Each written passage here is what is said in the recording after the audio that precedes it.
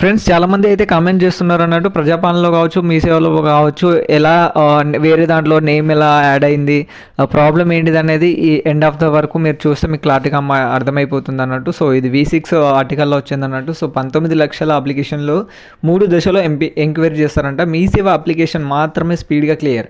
నేను ప్రతి వీడియోలో చేస్తున్నాను. లాస్ట్ వీక్ నుంచి నియర్లీ ఒక 7-8 వీడియోలు చెప్పాను. సో ప్రజాపాలన అన్ని డమ్మి మీ సేవలో చేసుకోండి అని చెప్పేసి. సో వీడియోలో 4 లక్షలుగా గుర్తింపు, అందులో 1 సంథింగ్ ఎంత అయితే అప్రూవల్ అయ్యాయంట.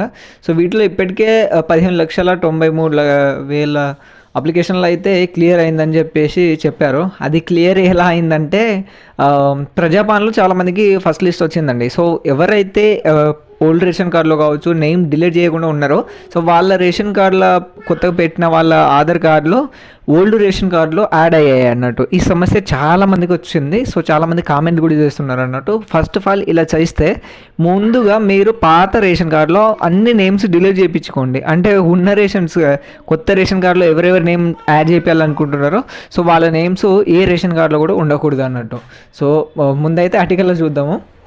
ప్రజాపాలన అధికారులు వద్ద అప్లికేషన్లు అయితే చాలా చేసుకున్నారంట దరఖాస్తు కోసం. వెరిఫికేషన్ అయితే చాలా ఆలస్యంగా ఉంటుంది అన్నట్టు.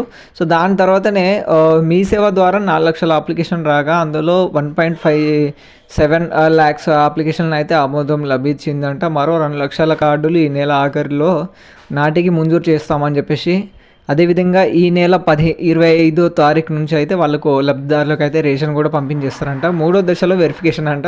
కొత్త రేషన్ కార్డులో రాష్ట్ర వ్యాప్తంగా 19 లక్షల అప్లికేషన్స్ రాగా వీటిలో 3 దశల్లో కేటగిరీస్ వైజ్గా వాళ్ళకైతే వెరిఫికేషన్ జరుగుతుంది అన్నట్టు. సో ఇక్కడ స్పెసిఫిక్గా చూడొచ్చు మీరు. మీ సేవ గ్రామ సభలు, మండల కార్యాలయాలు, ఎంపీడో ఆఫీసులు ద్వారా లక్షలాది మంది ఆఫ్లైన్లో పెట్టారన్నట్టు. అవన్నీ పెట్టినా కూడా వేస్ట్ చేయండి, టైం వేస్ట్ తప్ప. మీ సేవలో అయితే మీకు 100% అవుతుంది. ఎవరికి మీరు ప్రాసెస్ అడగాల్సిన అవసరం ఉండదు. ఏమున్నా కానీ డిజిటల్గా మీరు చెక్ చేసేసుకోవచ్చు. అది కాకుండా పెండింగ్లో అప్లికేషన్స్ 80% ఉందంట. ఇప్పటికే ఉన్న రేషన్ కార్డులో పిల్లల పేర్లు చేర్చడం కోసం పెండింగ్లో ఉన్నాయి. అవి లాస్ట్ 10 years నుంచే చాలామంది నేమ్ యాడింగ్ అనేది చాలామందే 20 lakhs వరకు అయితే పెండింగ్లో ఉన్నట్టుగా తెలుస్తుందని చెప్పచ్చు. ఈ నెల మరో 2 లక్షల కార్డులు అంట. మీ సేవా సెంటర్ల ద్వారా పెట్టుకున్న అప్లికేషన్ల డూప్లికేషన్లు, ఇతర సమస్యలు లేకపోవడం అవి వేగవంతం పరిష్కరిస్తుండన్నట్టు. అంటే మీ సేవలు తీసుకోవాలంటే యాక్సెప్ట్ కావాలంటే ఆన్లైన్ ఫస్ట్ ఆఫ్ ఆల్ పాత రేషన్ కార్డులో ఏ రేషన్ కార్డులో కూడా ఉండకూడదు అన్నట్టు. డమ్మీ డూప్లికేట్ అని చెప్తున్నా కదా.